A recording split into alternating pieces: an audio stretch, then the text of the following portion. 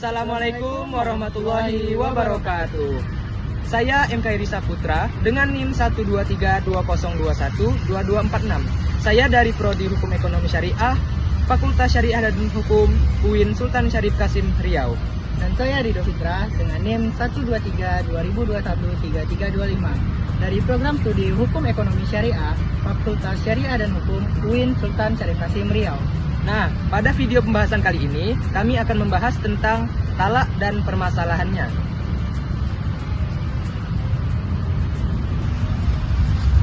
Secara etimologi, talak berasal dari bahasa Arab, yaitu kata talak, yang berarti melepaskan atau membebaskan. Dalam istilah syariat, talak dapat berarti putusnya hubungan antara suami istri dalam suatu pernikahan. Menurut para ulama, diantaranya yaitu Syahid Sadiq, mengatakan bahwa talak adalah pembubaran akad nikah antara suami dan istri. Selain itu, talak juga dapat dimaknai sebagai pembatalan akad nikah dan akhir dari hubungan suami istri secara hukum dan sesuai dengan ketentuan-ketentuan syariat. Dasar hukum talak dalam syariat Islam juga menjadikan sebagai pertalian suami istri di dalam ikatan perkawinan sebagai pertalian yang suci dan kokoh.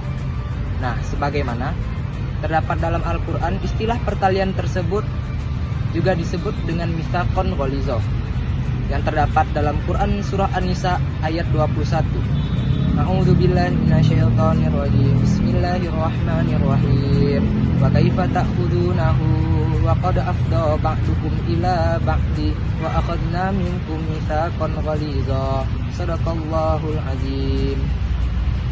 Dalam ajaran Islam, talak itu hukumnya mubah atau diperbolehkan sebagai jalan terakhir dalam kehidupan rumah tangga apabila rumah tangga sudah mengalami jalan buntu. Talak juga dapat dilakukan apabila hubungan perkawinan suami istri tersebut sudah tidak dapat dipertahankan lagi. Selain itu, talak juga diatur dalam undang-undang, misalnya Undang-Undang Nomor 1 Tahun 1974 dan Kompilasi Hukum Islam. Dan berikut beberapa poin pentingnya.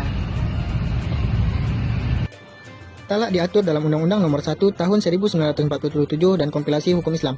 Berikut adalah beberapa poin pentingnya. Yang pertama, penyebab putusnya perkawinan. Terdapat pada pasal 38 Undang-Undang Nomor 1 Tahun 1974 dan pasal 113 KHI menyatakan bahwa perkawinan dapat putus karena yang pertama, kematian, kedua, perceraian, ketiga, putusan pengadilan. Dan yang kedua, proses perceraian. Terdapat pada pasal 36 Undang-Undang Nomor 1 Tahun 1974 dan pasal 115 KHI menyatakan bahwa perceraian hanya dapat dilakukan di depan sidang pengadilan agama setelah pengadilan berusaha mendamaikan kedua belah pihak. Yang ketiga, ada gugatan cerai. Terdapat pasal 40 Undang-Undang Nomor 1 Tahun 1974 mengatur bahwa gugatan perceraian diajukan ke pengadilan sesuai dengan prosedur yang berlaku. Yang keempat, akibat dari perceraian. Terdapat dalam pasal 41 Undang-Undang Nomor 1 Tahun 1974. Yang pertama, orang tua tetap bertanggung jawab atas pemeliharaan anak berdasarkan kepentingan anak. Yang kedua, suami bertanggung jawab atas biaya pemeliharaan dan pendidikan anak. Yang ketiga, pengadilan dapat mewajibkan suami memberi nafkah kepada bekas istri selama masa iddah. Nah, selanjutnya di sini rukun dan syarat talak terbagi menjadi 3. Yang pertama, rukun talak yang pertama ada sang suami, sang istri, dan sigat talak. Nah, apa aja sih syarat-syarat yang harus dipenuhi oleh sang suami? Syarat-syarat yang harus dipenuhi oleh sang suami yang pertama adalah harus balik dan berakal sehat. Sang suami harus melaksanakan talak itu dengan kesadaran penuh, dan sang suami tidak dalam paksaan atau disuruh oleh orang lain. Nah, apa aja sih juga syarat-syarat yang harus dipenuhi sang istri? Yang pertama, tidak dalam masa iddah, dan sang istri tidak sedang haid atau dalam masa sucinya, dan sang istri harus dalam ikatan perkawinan yang sah dengan sang suaminya. Dan yang terakhir, sigat talak. Sigat talak yaitu adalah kata-kata yang dimaksudkan untuk talak. Contohnya seperti aku ceraikan kamu. Nah, kata-kata tersebut yaitu sebagai syarat, sebagai contoh dari kalimat dari sigat talak. Jenis-jenis talak dapat dibedakan menjadi 2, yaitu berdasarkan hak rujuk dan berdasarkan cara pelaksanaannya. Berdasarkan hak rujuk, talak terbagi menjadi 2, yaitu talak raj'i dan talak bain. Talak raj'i yaitu talak di mana suami dapat merujuk kembali istrinya dalam masa iddah tanpa memerlukan akad baru. Sedangkan talak bain yaitu talak yang tidak mungkin dirujuk tanpa akad yang baru. Dan berdasarkan cara pelaksananya ada dua, yaitu talak sunni dan talak bid'i. Talak sunni yaitu sesuai syariat, seperti jatuh talak saat istri dalam keadaan suci dan belum digauli selama masa tersebut. Dan yang kedua talak bid'i yaitu bertentangan dengan syariat, seperti talak yang dijatuhkan saat istri sedang haid dan dalam masa suci setelah digauli. Hukumnya haram karena memperpanjang masa iddah dan memberikan kemudaratan kepada istri.